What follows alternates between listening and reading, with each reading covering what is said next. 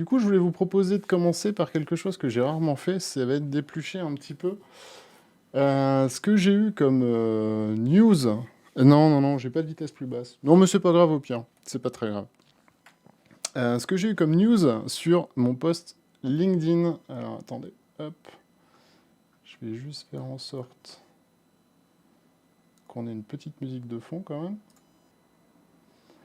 Parce que vous allez le voir, c'est pas tellement les musiques qu'il va y avoir sur les vidéos qu'on va voir qui sont intéressantes. Hop, voilà, petite musique de fond.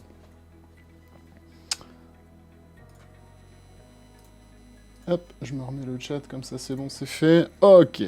Ouais, donc du coup, l'idée, c'était de découvrir un petit peu ce qui se tramait sur les différents réseaux, et notamment LinkedIn, je ne sais pas si vous connaissez, en tout cas, qui est un réseau beaucoup plus professionnel, sur lequel beaucoup de gens postent leurs innovations.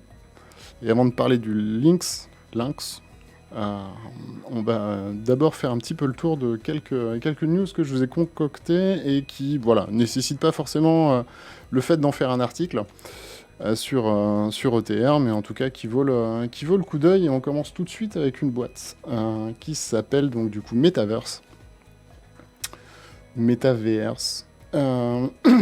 Et qui a réussi quand même le petit exploit de faire tourner plus d'1 million de polygones sur tous les types de navigateurs, et ça présage que du bon pour la suite. Tout simplement parce que du coup le web VR est quand même quelque chose de très très attendu. Salut à toi Ozyrix, et bienvenue.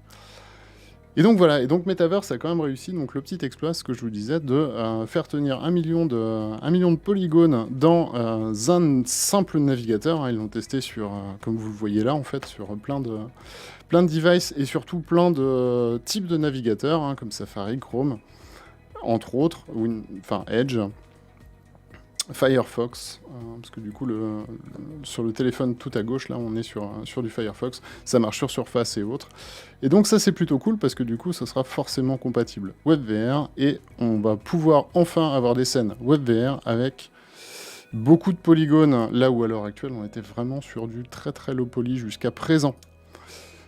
Donc voilà, donc GG à eux pour avoir réussi à faire tourner ça. On attend effectivement du photoréalisme du coup par la suite. Mais c'est plutôt cool. N'hésitez pas à me dire ce que vous en pensez, ou si même vous avez testé le WebVR et puis que vous soyez déçu par les expériences proposées, ou que ça vous ait botté. N'hésitez pas à me le dire dans le chat. Next, et là on va parler un petit peu d'ergonomie avec une boîte dont je vais vous retrouver le nom là tout à l'heure. Bon, de toute façon, c'est son teaser de présentation. Les calculs sont faits par le GPU local. Oui, tout à fait, ouais. Oui. En fait, le navigateur a accès intégralement au GPU, donc en fait, maintenant, on peut un petit peu plus se lâcher. Et là, donc, c'est une boîte qui vous propose, ce n'est pas en VR pour l'instant, mais clairement, aucun problème à ce que ça le devienne, qui nous propose de tout simplement révolutionner un petit peu la souris. Alors c'est très controversé, hein. Il y a du pour, il y a du contre. Il y a du pour, il y a du contre. Vous me direz ce que vous en pensez. Salut à toi Rames. Installe-toi sur ce live. Où pour le coup, on commence avec petite partie un peu innovation, voilà, on fait le tour des threads LinkedIn qui fonctionnent bien en ce moment. Voilà, donc des tas d'articles et des tas de propositions qui nécessitent pas forcément, comme je l'avais dit, la rédaction d'un article en fait, mais qui peuvent être extrêmement intéressantes à voir. Et donc la Palm 4 qui propose tout simplement de changer la souris. Alors ce mode de jeu typiquement, ça j'y crois pas trop, mais bonjour les crampes avec ça. Ouais, j'avoue que ça peut être un peu plus sportif que la souris. Enfin, je t'assure que à utiliser la souris au quotidien des heures et des heures, ça peut apporter des crampes également. Voilà, en tout cas, c'est leur proposition, hein, tout simplement de révolutionner, rénover, on appelle ça comme on peut, la souris d'ordinateur que tout le monde connaît. À voir, en tout cas. pour l'AR, ça peut être plutôt sympa. Et justement, on va passer au thread d'après, qui pour le coup est une technologie purement AR, que j'avais déjà pu tester, enfin du moins tester un équivalent, et qui était plutôt sympatoche. C'est en fait tout simplement un tracker que vous mettez sur les doigts, enfin 2 trackers, parce que du coup il vous faut le positionnement du pouce et le positionnement de l'index. Et avec ça, vous pouvez avoir déjà moult gestuels potentiels pour interagir avec vos différents devices d'AR ou de VR. Enfin, en tout cas, là, on est clairement sur de l'AR.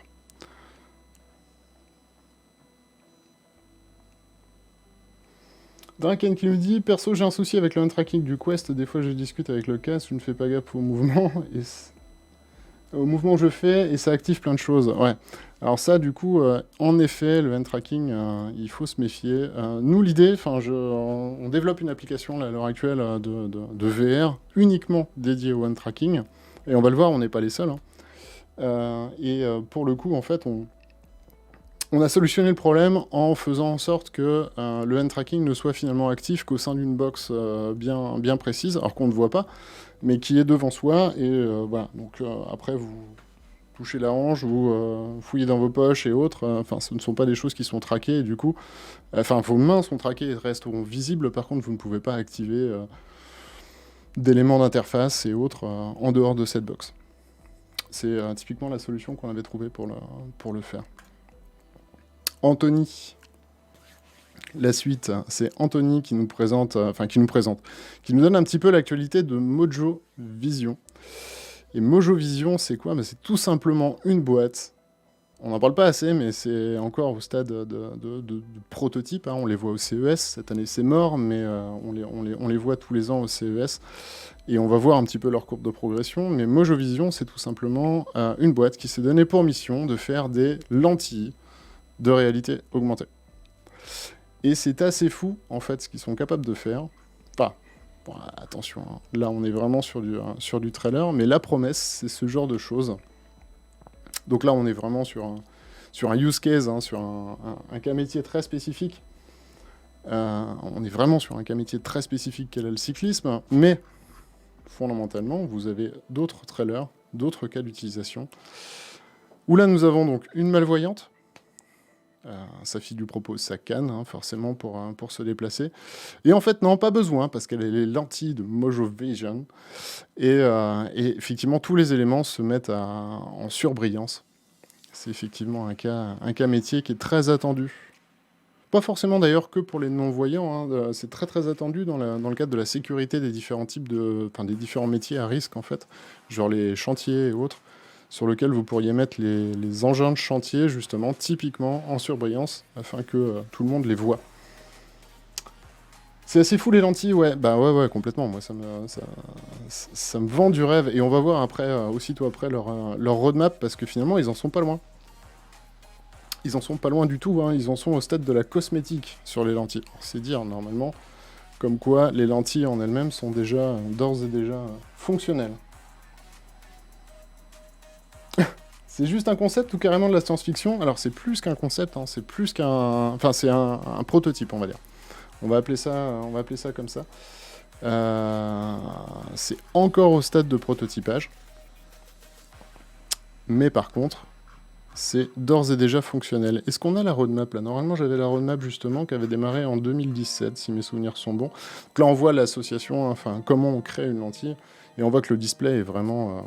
C'est vraiment hallucinant ce qu'ils ont réussi à faire. Et donc là, en 2020, ils étaient justement sur la partie cosmétique, donc rajouter l'iris, en fait, tout simplement, pour la partie purement cosmétique. On va peut-être voir ça dans les news, non ?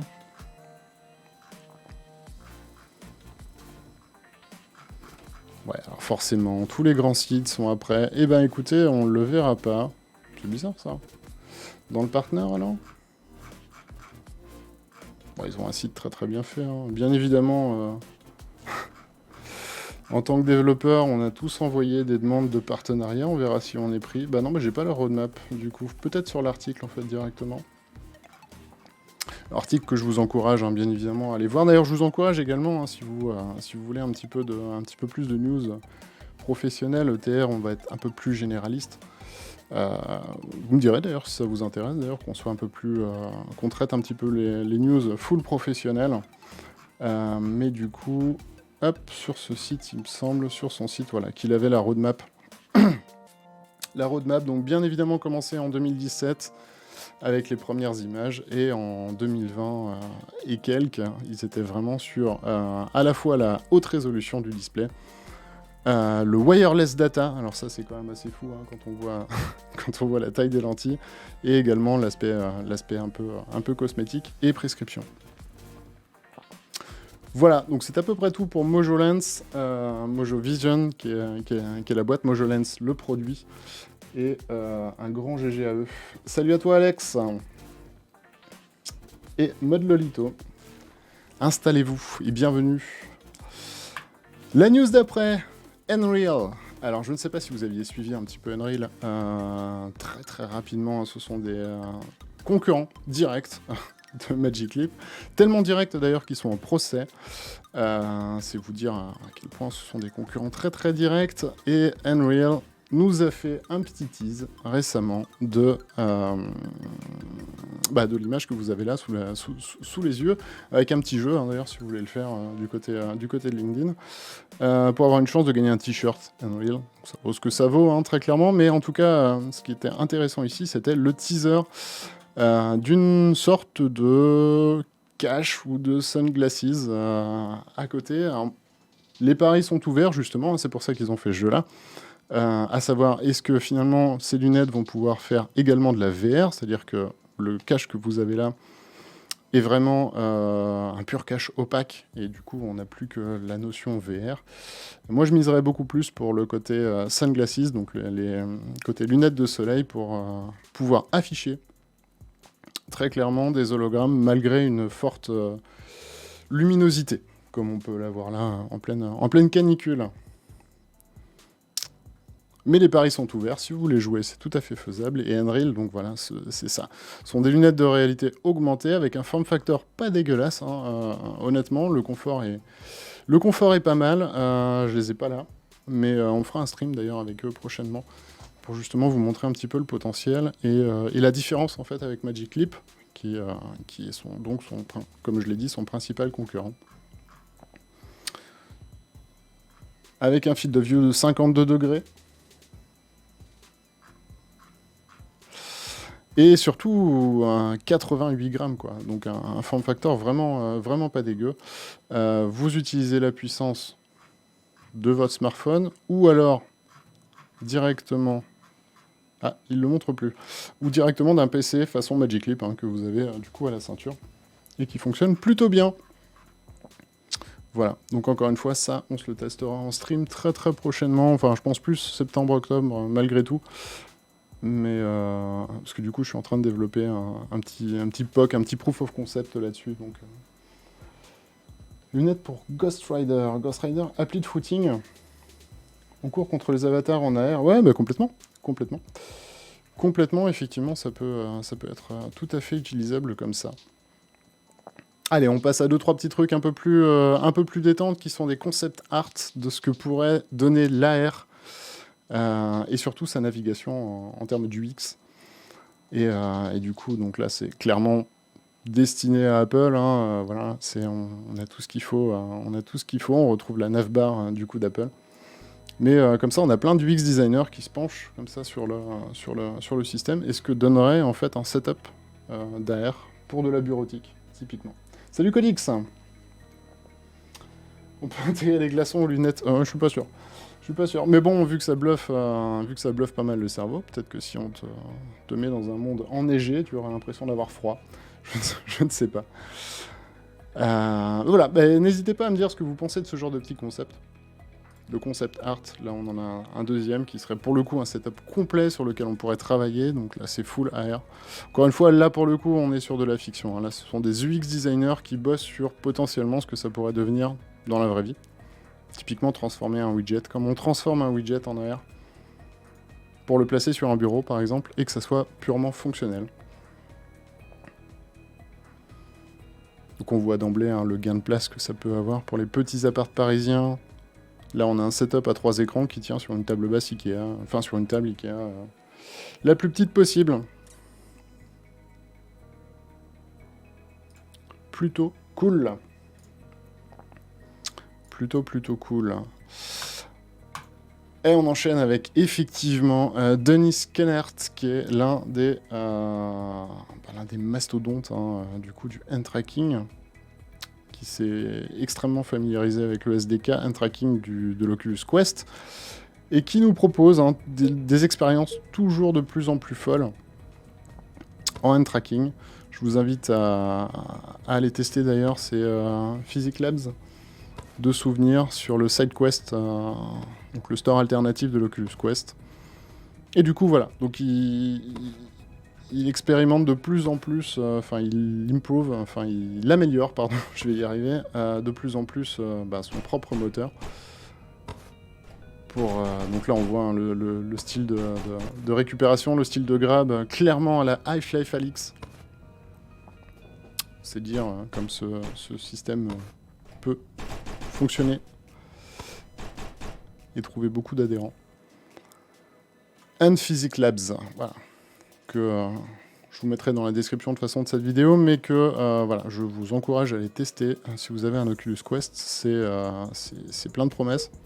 Tout n'est pas parfait, mais c'est vraiment plein de promesses. C'est plutôt cool.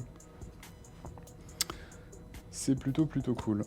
Tac, Louis, qui nous partage un autre concept art, du coup, de ce que pourraient être les Google Glass, l'équivalent. Google Glass, celle d'Apple en tout cas. Et on a ce genre de choses. Donc là, c'est au sein des glaces. Et donc on voit effectivement cette variation de lumière, parce qu'on sait de toute façon qu'ils bossaient sur des lentilles, ou du moins des glaces comme ça semi-transparentes et qui peuvent varier de transparence. Donc en fait ça a été remis comme ça dans ce concept art. Où voilà, on peut choisir soleil, pas soleil, si on veut voir net ou pas.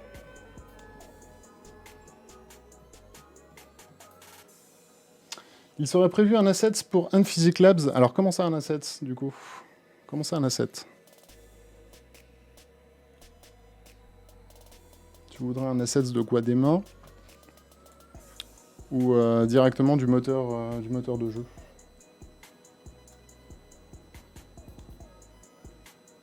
J'imagine du moteur de jeu, et là je pense qu'on pourra te répondre très prochainement, parce qu'en fait il nous rejoindra pour Unity, ouais. En fait il nous rejoindra dans un stream pareil courant septembre-octobre, et on va pouvoir en discuter. Mais je pense très clairement que lui, enfin voilà, je suis pas certain qu'il diffusera comme ça son moteur physique à tout le monde. Du moins gratuitement, ou du moins suffisamment accessible pour être diffusé sur un Unity Store. À voir. Encore une fois, on en parlera directement avec lui, ça sera clairement le meilleur, la personne la plus adéquate pour répondre à cette question. Allez, on enchaîne avec Capturing Reality. Et Capturing Reality, c'est quoi? C'est tout simplement de la modélisation 3D, pour le coup, en ultra réaliste. Effectivement, c'est assez bluffant. C'est fait uniquement à base de photogrammétrie, c'est-à-dire que tout ce que vous voyez là, ce sont des milliers de photos mis bout à bout, et qui permettent de reconstituer des effets 3D. Donc c'est photo plus laser pour la précision. Et ça nous donne ceci. Alors excusez-moi pour le framerate, je sais pas du tout pourquoi ils n'ont pas fait un framerate fluide là-dessus. Mais techniquement, en fait, vos environnements VR pourraient ressembler à ça. Et là, en fait, on a un seul mesh. Avec finalement pas tant de polygones que ça en plus.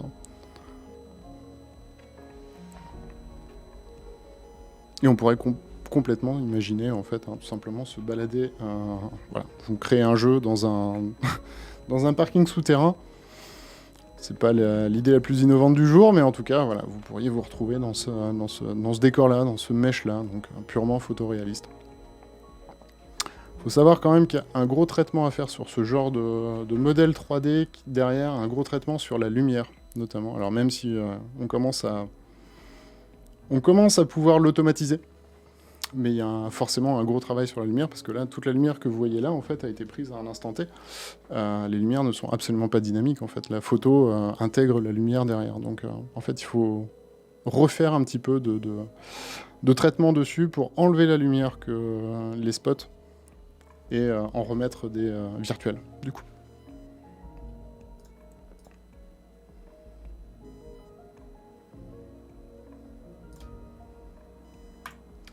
Une idée sur quand ça serait en vente, hein. Alors, quoi qu'il sera en vente, parce que du coup, là, on a balayé pas mal de sujets. N'hésite pas à préciser. N'hésite pas à préciser.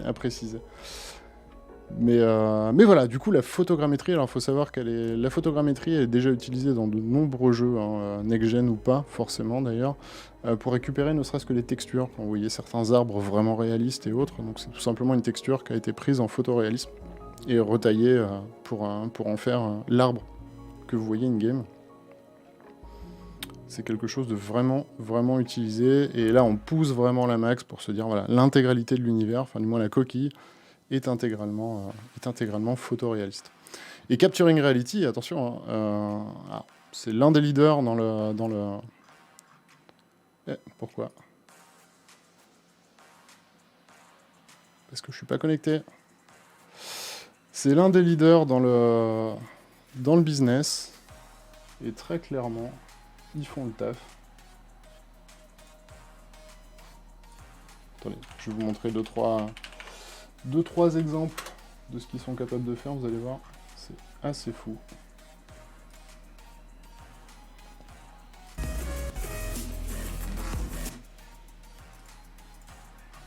Ouais, alors non, ça c'est vraiment le comment on fait, c'est pas super intéressant, et voilà, vous avez celle-là aussi.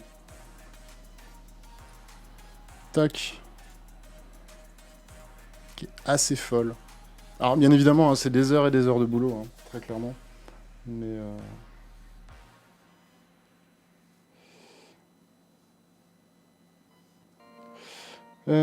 tac tac tac. Rames qui répond du coup à Codix en disant qu'on attend un gros acteur pour relancer en fait la R, effectivement, qui avait subi quelques petites déconvenues avec les Google Glass, en fait, effectivement. Les gens s'attendaient à des miracles et forcément on les a pas eu, hein, bien évidemment. Mais là on voit du coup le méchage, en fait, enfin le nombre de polygones que vous avez sur le mesh, et clairement c'est pas énorme, hein. Clairement c'est pas énorme du tout, hein. C'est-à-dire que là vous avez quand même quelque chose de super optimisé, quoi.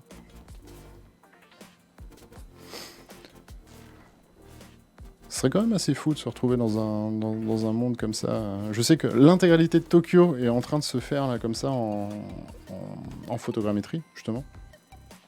Toutes les petites rues et autres, ils sont en train de refaire complètement Tokyo, mais je sais pas ce qu'ils comptent en faire, en fait. C'est top pour de la visite, ouais, bah complètement, ouais, complètement. Mais c'est fait, c'est son premier use case, hein, son premier cas d'usage, c'est vraiment justement pour ça. Mais on n'est pas obligé de s'arrêter là. On n'est clairement pas obligé de s'arrêter là, et on peut faire des trucs de fou. Comme modéliser, voilà, grâce à un drone. L'intégralité de ce que vous avez vu là, juste avant, a été pris par un drone, et du coup, c'est reconstitué derrière. Et c'est ni plus ni moins que la technologie typiquement de Google pour faire du Google Maps, hein. Alors après, vous avez différents degrés de précision, en fait, qui va vous donner, du coup, la beauté, en fait, de la scène.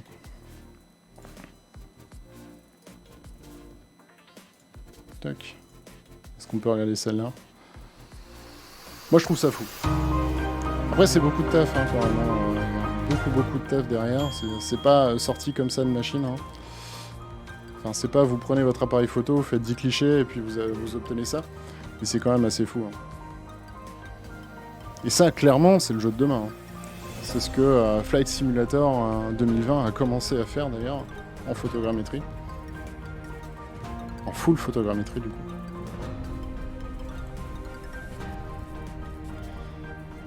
Kralavis qui nous dit qu'il faudra la techno UE5 pour faire tourner les milliards de facettes des environnements sur toutes les machines. Alors, dis-toi qu'avec cette techno-là, en fait, tu n'as pas justement des milliards de polygones. C'est-à-dire que c'était pas un assemblage de briques ou compagnie, le tout est un mesh. Alors, bien évidemment, tu peux redécouper, hein, mais tu vas découper grosse maille, quoi. C'est-à-dire que tu vas te retrouver avec ton petit pont, effectivement, tu vas pouvoir le découper, le repositionner, mais le bâtiment n'est qu'un seul et unique mesh. Alors, par contre, si tu veux le visiter, bah là, t'as beaucoup de taf à refaire. Mais si c'est un élément de décor, impeccable. Et ça fonctionne vraiment très bien.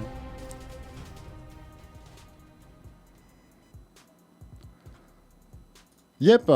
Donc, on va arriver à la fin avec un petit concept sur de l'AR.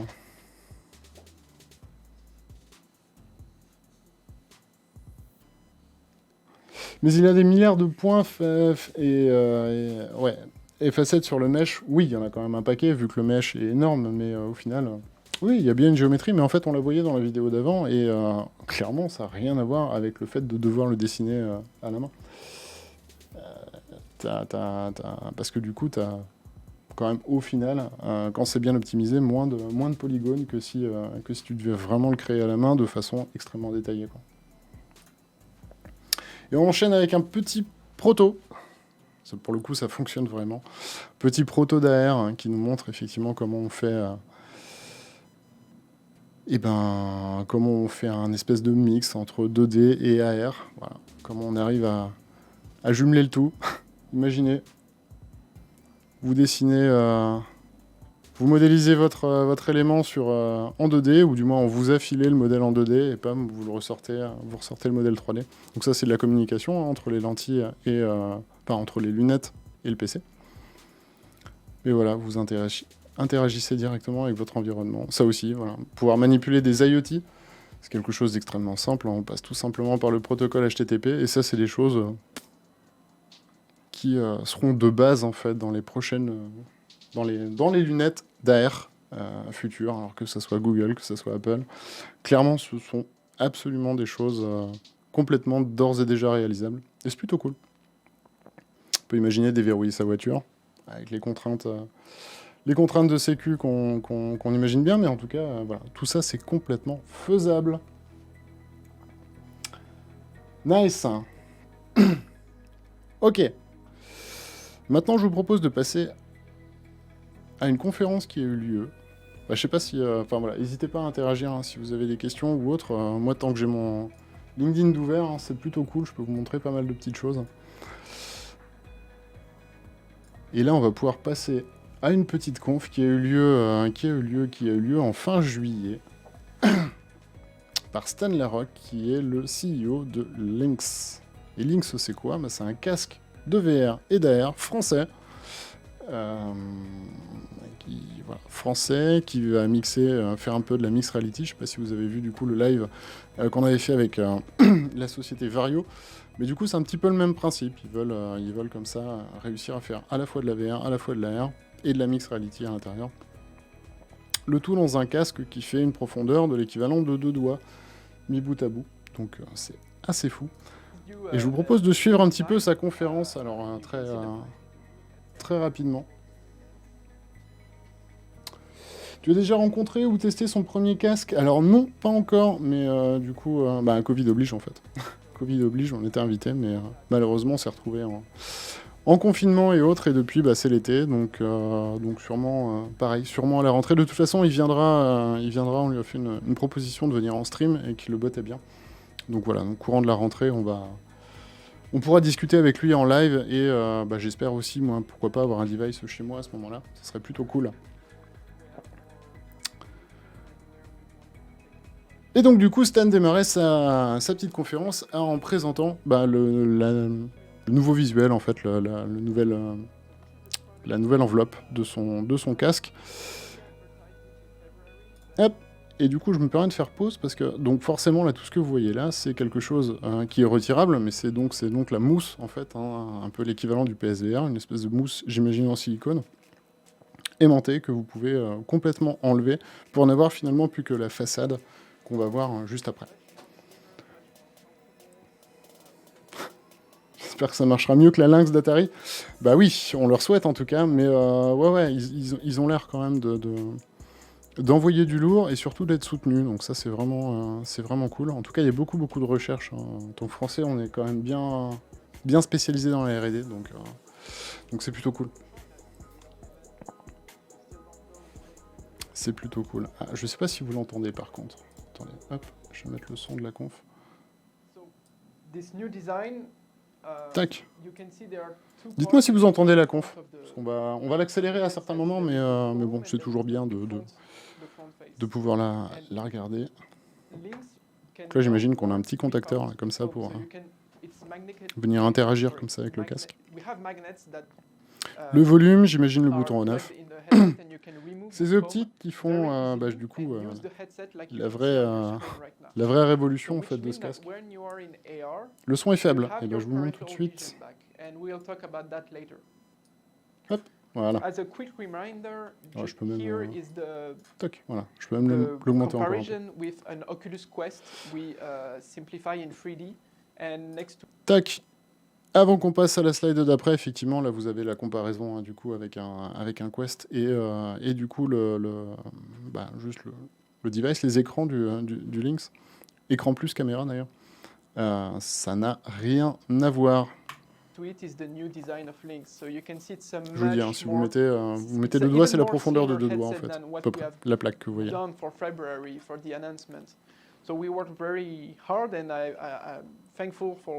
Qui doit être super léger, ouais, carrément. Et je crois qu'il l'annonce après le poids.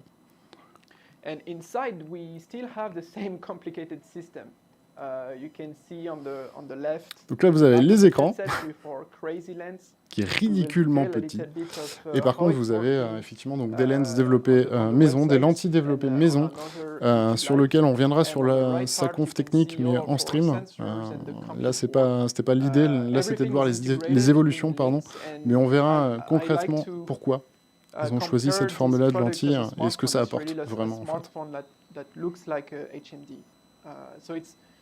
When you look at it, it looks like two or three smartphones stacked together. So for the specs, people Au niveau des specs, c'est quoi? C'est du 90 de FOV, 1600 par 1600 par œil, c'est du LCD, voilà, forcément, et 90 FPS, il faut savoir que c'est un casque autonome. Donc c'est assez fou. Et il embarque forcément une XR2 de Qualcomm. La fameuse puce qui fait rêver tous les casques autonomes en ce moment. 6 Go de RAM, ça c'est pas fou, mais très clairement ça peut être assez vite augmenté. On peut assez vite imaginer une version pro avec 12 ou plus. You can also plug a micro SD and you can also plug a jack. Hand tracking. Le hand tracking, on va y revenir tout à l'heure, mais c'est fait avec Ultralip qui a justement racheté Magic Leap. À la base, c'était Ultra Haptics et il bossait donc sur de l'haptique à base de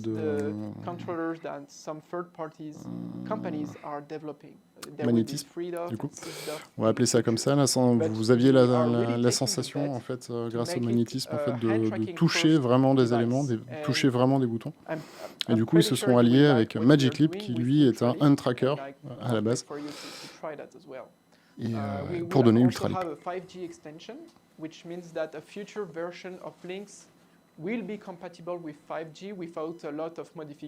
Ouais, c'est un casque autonome. Alors peut-être pas que, parce que du coup, il est quand même équipé de 5G derrière.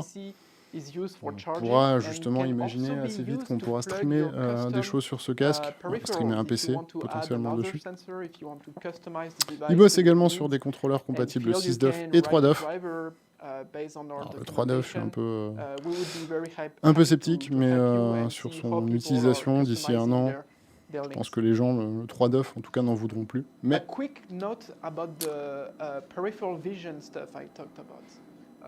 petite vision des lentilles. Je ne sais pas si vous entendez bien.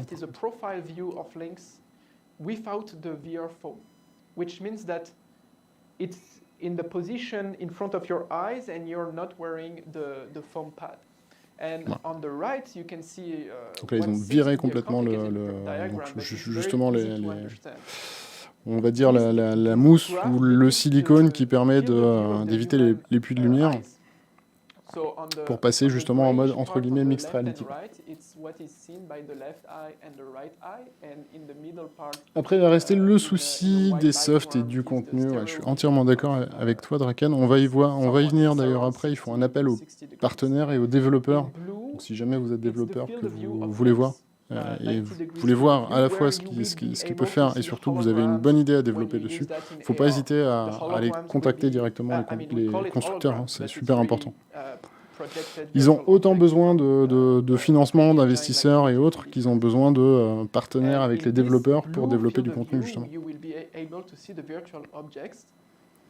With the perfect color, the perfect opacity levels, which is different from what you can get from optical see-through architecture. In black are all the parts of the field of view that you will not be able to see because of the construct. Donc en bleu, c'est donc le Mixed Reality FOV. En gros, les endroits où vous pouvez donc avoir les hologrammes, concrètement. Almost your full vision. So for a mixed reality headset, ils n'ont pas encore divulgué le soft avec lequel ils bossent pour le eye tracking, effectivement.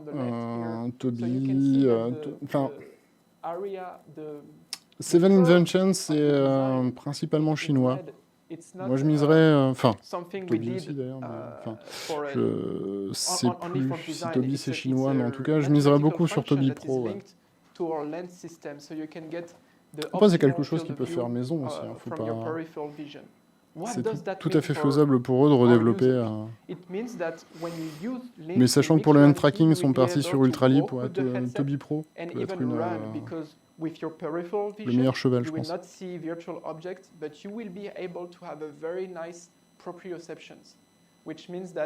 You won't feel dizzy or you won't have any vertigo feeling. Donc là, du coup, ils préconisent d'enlever les mousses, effectivement, pour faire de l'air, tout simplement pour avoir la vision périphérique et éviter le motion sickness, éviter tout ça. C'est-à-dire que vous gardez vraiment votre vision. Le casque fait ça, hein, donc vous avez complètement la vue à côté.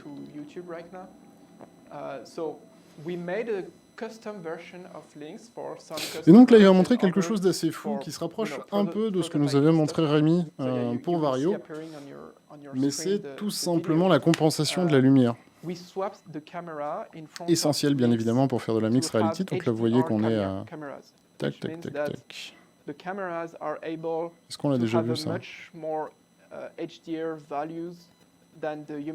Voilà. Here with links, you can see the left eye and the right eye. It's taken from the device itself. Donc là, on est à 7,1 lux. Et là, on passe directement à 3000, puis 12 000 lux. Et en fait, vous avez strictement... Enfin, si on voit un espèce de petit flash, mais par la suite, c'est le software en fait qui compense complètement. Et ça, c'est assez fou. Ça, c'est assez fou. À la fois pour de la défense, hein, typiquement, vous pouvez voir à travers une explosion, vous pouvez voir à travers ce genre de choses. Ah ben voilà. Ouais, derrière le brouillard, ou, ce genre de choses, en fait, c'est le logiciel qui vient corriger la lumière à votre place pour vous offrir en fait la meilleure des nettetés possible. Ça, c'est plutôt cool. So what does that mean? It means that our customers Maintenant, s'ils choisissent tout simplement Android et qu'ils sont compatibles OpenXR, là, ça pourrait être bien pour avoir plein de casques et de marques différentes. Ouais. Alors, de toute façon, oui, j'ai aucun doute sur le fait qu'à l'heure actuelle, peu importe la boîte que vous créez, on lui posera la question encore une fois en stream directement, mais être compatible à l'heure actuelle OpenXR, c'est l'assurance, tout simplement, que votre device puisse vivre, en fait, et être pérenne. Donc, ouais, je pense qu'à l'heure actuelle, ils n'ont pas vraiment le choix. Les constructeurs doivent se plier au standard. Et donc là, concrètement, voilà. Donc là, c'est ce que je vous disais. Effectivement, là, ils font un appel directement aux investisseurs. Ça, c'est logique. Mais ça, c'est sa partie. À moins qu'on ait des investisseurs potentiels parmi notre communauté, ce qui serait plutôt cool. Mais ça ne va pas vraiment s'adresser à vous. Mais par contre, si vous êtes développeur, si vous avez un studio, si vous êtes même un développeur indépendant, n'hésitez pas à aller voir de leur côté. Parce qu'ils vont être à la recherche, justement. Ils sont francophones.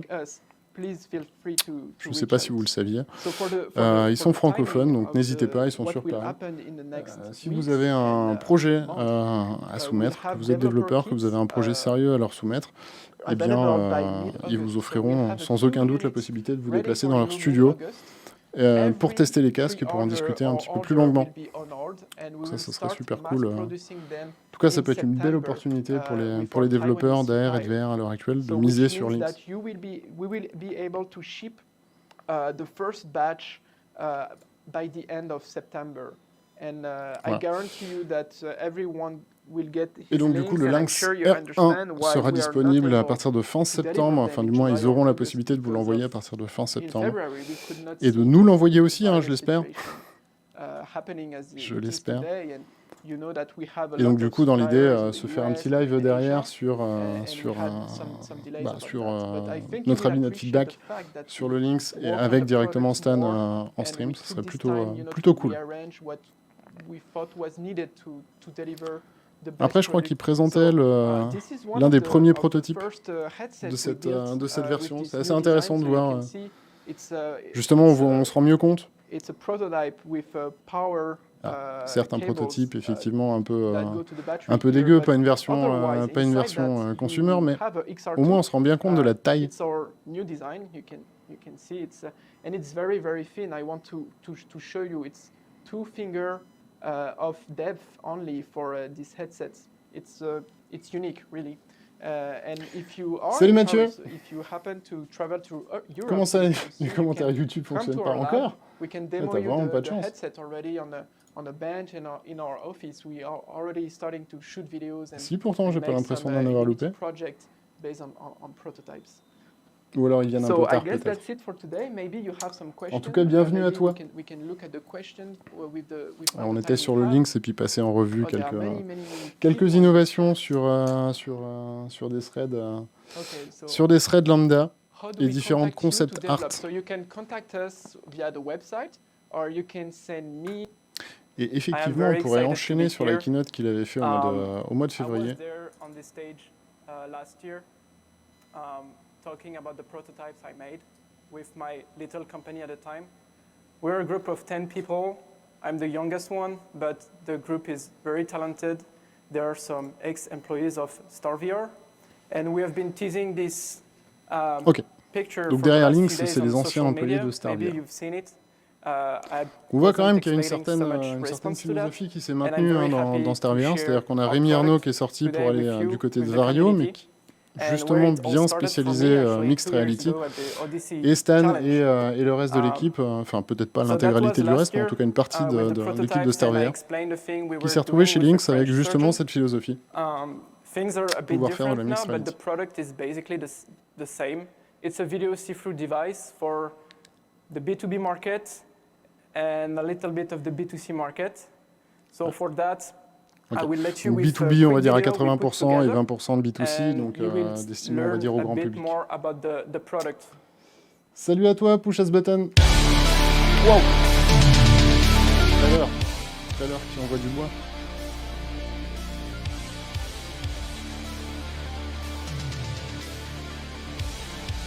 Avec ces lentilles. Hein. Alors, à mon avis, là où ils font un gros taf, c'est principalement sur les lentilles. Ça, c'est l'ancien form factor, par contre. Vous avez vu le nouveau il y a 10 minutes.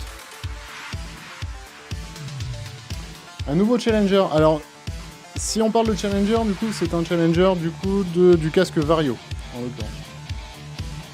Bon, oui et non, parce que eux ont misé sur de l'autonome et Vario mise justement sur un PC surboosté. Donc je sais pas si vraiment ils ont un... À mon avis, ils sont pas du tout sur le même segment, on va dire.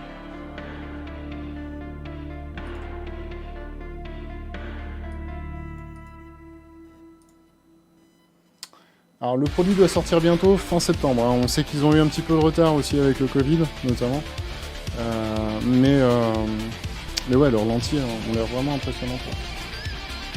Un concurrent du Quest, bah, j'ai envie de dire pas directement. Pas directement un concurrent du Quest. Hein. Vraiment, ils vont se focaliser d'abord sur le B2B. Mais par contre, voilà, on est sur du très haut de gamme autonome, on va dire. Voilà. On va appeler ça comme ça, du B2B autonome, avec un petit 20% de B2C. Je pense qu'en fait, ils n'enlèvent pas le B2C parce que ça peut quand même être apporteur d'argent derrière. Mais en fait, pour le coup, tout va dépendre du contenu, quoi. Mais l'idée, c'est qu'ils misent sur un form factor, donc vraiment, vraiment, vraiment super light. Ça, c'est l'ancienne version. Et je crois que j'ai enlevé la nouvelle. Voilà, pour ceux qui n'étaient pas... Pour ceux qui viennent d'arriver, voici la nouvelle version. Alors là, forcément, c'est détaché du casque. Mais en gros, voilà, il le présentait ici. Voilà. Ici, ça, c'est la nouvelle version, en sachant que toute cette mousse-là peut s'enlever, justement.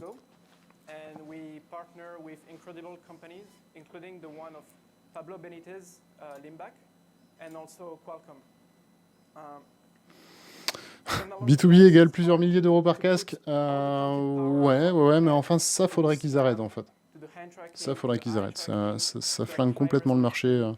C'est insupportable en tant que pro de payer un casque 8000 euros alors que vous avez un HTC Vive Eyes, par exemple, un HTC Vive Pro Eyes qui en coûte 900, quoi. C'est insupportable. Vraiment. T'as vraiment l'impression de payer en fait pour les autres, quoi. Et ça freine vraiment le marché. Ah, tu préférais le premier design, ouais.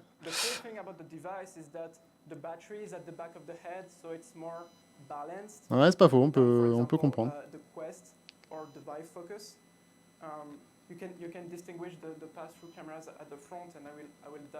Oui, 1500 euros, ça va. 1500 euros pour un casque pro, ça va encore. Parce qu'en plus, ces casques-là contiennent la licence, généralement, et ne te font pas payer de surcote. Mais là, on voit donc, du coup les lens développés spécialement pour. Et pour ces lens, honnêtement, c'est ce que je vous disais, on fera un stream avec lui pour qu'il nous explique vraiment comment ça peut fonctionner, parce que très clairement, je me suis tapé la conf et ça explique pas tout, ce qui est plutôt normal en soi. Donc le casque n'est pas sorti, je veux dire, il peut pas non plus tout dévoiler.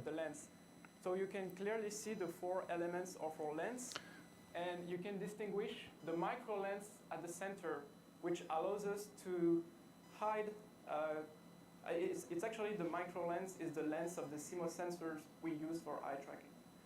The cool thing with this lens, it's not only about the optical performance we get, it's also about the form factor and the fact that we can hide things right at the center. So we actually have the best point of view for doing eye tracking. Voilà.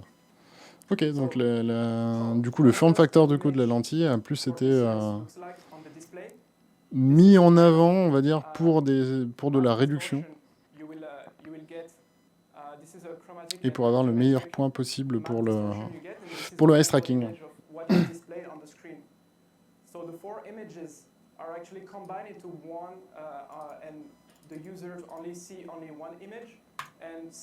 Désolé, je suis complètement hors sujet, mais est-ce que vous avez des news de Chris Alors, des news de Chris, j'en ai eu il y a un petit moment, qui disait qu'il allait bien, mais c'est vrai que pas de retour sur ETR, en tout cas de prévu. Donc, voilà. En tout cas, rassurez-vous, il va bien.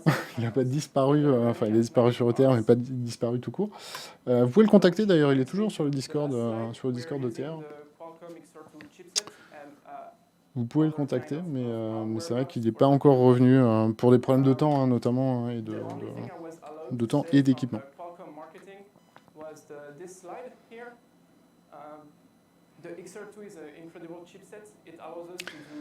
Voilà, petite mise en avant, effectivement, de la puce de Qualcomm, de la XR2, comparée au Snapdragon 835, et on sait pourquoi ils ont pris celui-là. Forcément, c'est celui du Quest. Et voilà un petit peu les différences de perf. 2 fois meilleur côté GPU et CPU, 4 fois meilleur côté vidéo, et d'une façon générale, 15 teraflops quand même.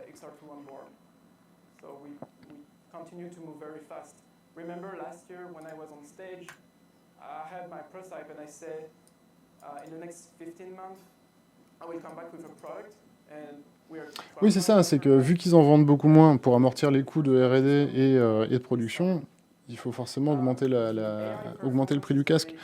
Mais à mon sens, en tout cas, ça coupe les pattes de beaucoup d'entreprises. Genre, imagine demain, tu développes tout seul sur un HoloLens 2, donc c'est 3500 à peu près, chose comme ça. Demain, tu as besoin d'aller plus vite, mais tu n'as pas forcément énormément de fonds. Tu as de quoi payer tes employés, tu vas payer 10 employés supplémentaires, mais chaque employé devra avoir un casque. Ça te fait quand même 35K de plus à rajouter cash. C'est, rien que pour le matos. C'est quand même un vrai coût, quoi. Pour une start-up comme ça qui voudrait se lancer, c'est un vrai coup, quoi. Le casque ne peut pas être relié à un PC. Non, pas encore. Bah, pas encore. En fait, techniquement, il n'y a rien qui va l'en empêcher. Il est muni d'une puce 5G. Et on peut très bien streamer. On l'a vu avec le Quest, hein, c'est quelque chose qu'on peut faire a posteriori. Donc on va voir. Tu peux développer sur le simulateur. Oui. Oui et non, j'ai envie de dire. Oui et non. C'est-à-dire que c'est bien pour faire mémuse dans le garage de développer sur un simulateur, mais quand vous êtes employé d'une entreprise, ça fait pas pro en fait. Ça fait pas pro. Voilà, on peut développer également sur Android hein, directement via un émulateur, mais honnêtement, pareil, ça fait pas du tout le même effet, quoi.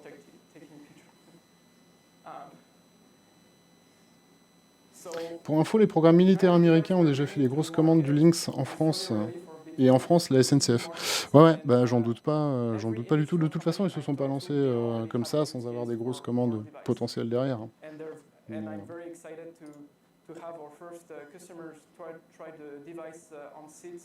Dans le médical, forcément.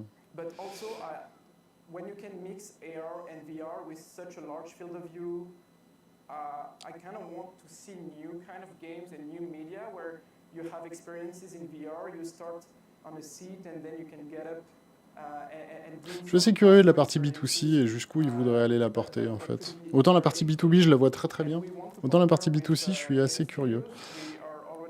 À l'heure actuelle, un casque à 1500 €. Il faut envoyer le lourd derrière en termes de contenu, donc à voir.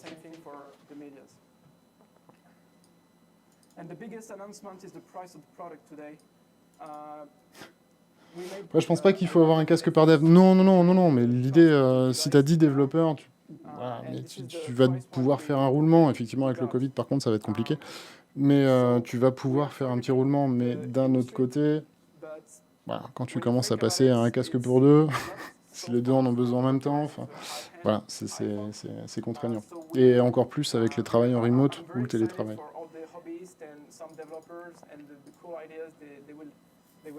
Explore with this device. You can pre-order today. This video is on YouTube and our website is live now. And you can meet us at the booth. We'll do a press. Ouais, bah c'est ça. Ouais, c'est ça. C'est que ça fait pas tout hein, d'avoir un émulateur derrière. Mais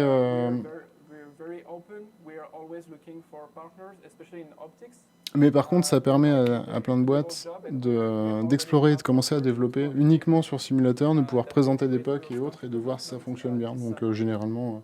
De toute façon, l'émulateur est indispensable pour faire ce qu'on appelle les tests fonctionnels. C'est-à-dire quand vous développez une application et qu'elle grossit, vous n'êtes pas à l'abri de faire ce qu'on appelle des régressions dans votre code. Et donc, il faut absolument que votre appli soit testée fonctionnellement. C'est-à-dire qu'on imagine demain, demain, vous faites un jeu, un gros jeu, vous bossez sur un niveau, par exemple, en particulier, et va savoir pourquoi ce que vous avez touché va impacter genre les 15 niveaux qui sont après. Quand vous livrez quelque chose sur ce jeu, une mise à jour ou autre, vous n'êtes pas là à refaire tout le jeu dans son intégralité, dans absolument tous les coins, absolument toutes les situations pour voir si ça bug ou non, quoi. Il faut vraiment le tester fonctionnellement, quoi. Et de manière automatisée, en fait. C'est un robot qui vient tester à votre place. Et donc pour ça, le robot, lui, il n'a pas d'yeux, donc il est obligé de passer par un émulateur. Donc quoi qu'il arrive, c'est indispensable, hein. Même si vous avez le device... C'est indispensable pour le constructeur de développer un émulateur.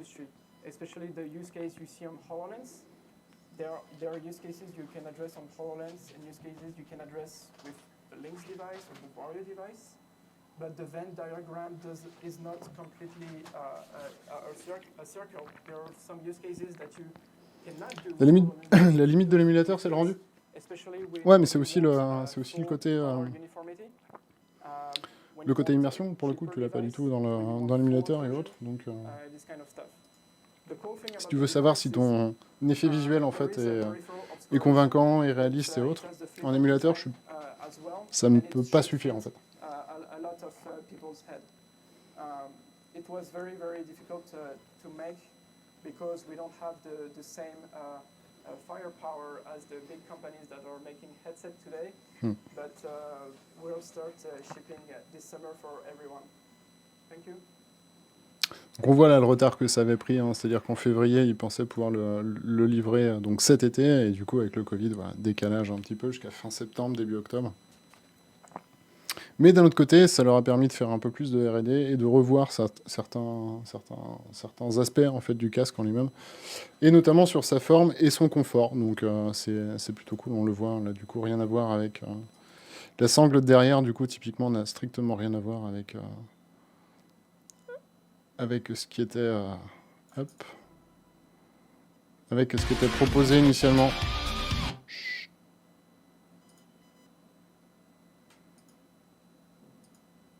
Ah, où est-ce qu'on la voit? Oui, Snapdragon. Ouais. Du coup, elle a été beaucoup élargie d'ailleurs, bizarrement, mais ça semble en tout cas beaucoup plus confortable. Par contre, ça vient se coller derrière et pas au niveau de la nuque, sous le bas du crâne. Donc, à voir si ça tient aussi bien que ce qu'ils le disent. Eh bien, la batterie est à l'arrière. Ouais, il me semble. Il me semble que c'est ce qu'il avait annoncé. Ouais. Que la batterie, justement, était à l'arrière du casque. Et d'où le fait que ça faisait une espèce de grosse poche sur le R1.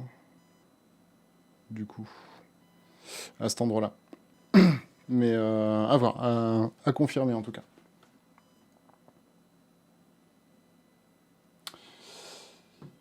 Il pourrait y avoir des brevets de StarVR qui auraient pu être repris sur ce casque. Bah, techniquement oui, hein, parce que si c'est les mêmes ingénieurs, en théorie ils peuvent faire le même boulot. Hein. C'est justement tout l'idée du procès en fait autour de Magic Leap et Unreal. C'est que bah, du coup en fait c'était l'ancien ingénieur qui s'occupait de l'optique, qui était chinois, qui était thésard à la base aux États-Unis, et qui, du coup, quand il est rentré chez lui, par obligation en plus, côté visa et autres, quand il est rentré chez lui, il s'est dit, ben, fuck, moi, on m'a obligé à rentrer chez moi.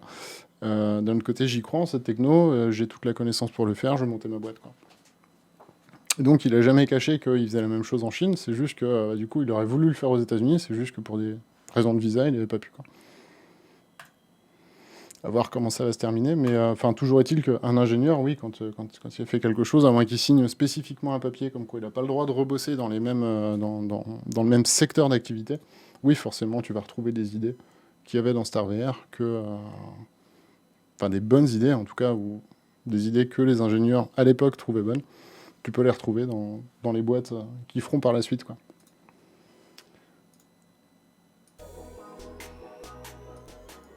Tac.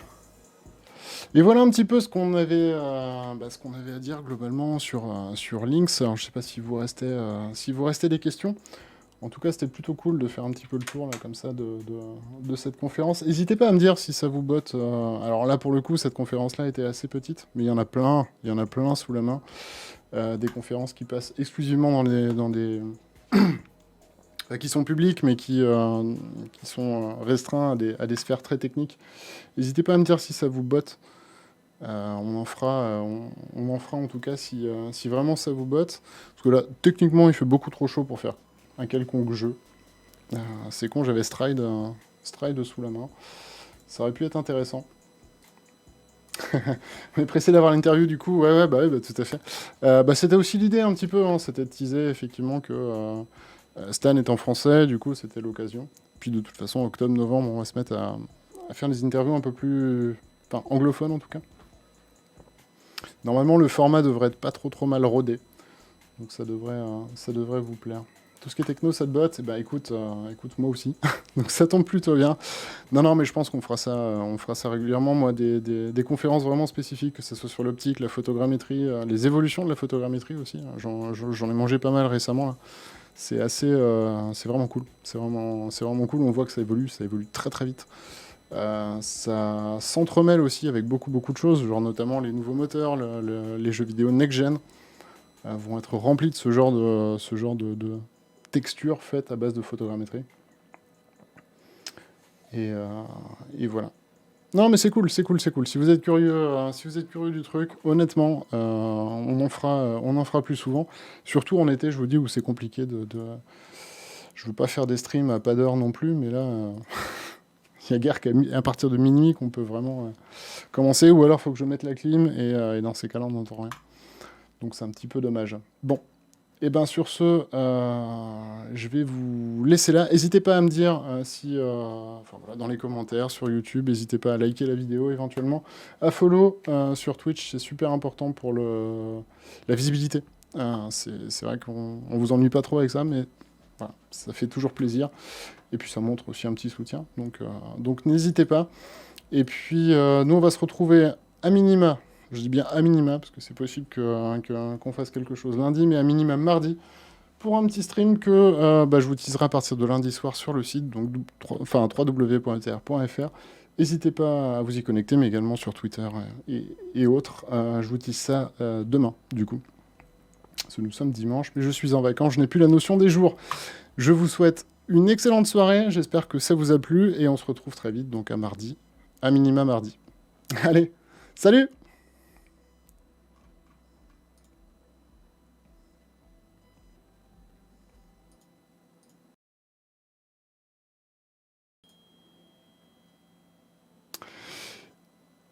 Et merci à toi, Draken, pour le Twitch Prime. C'est cool.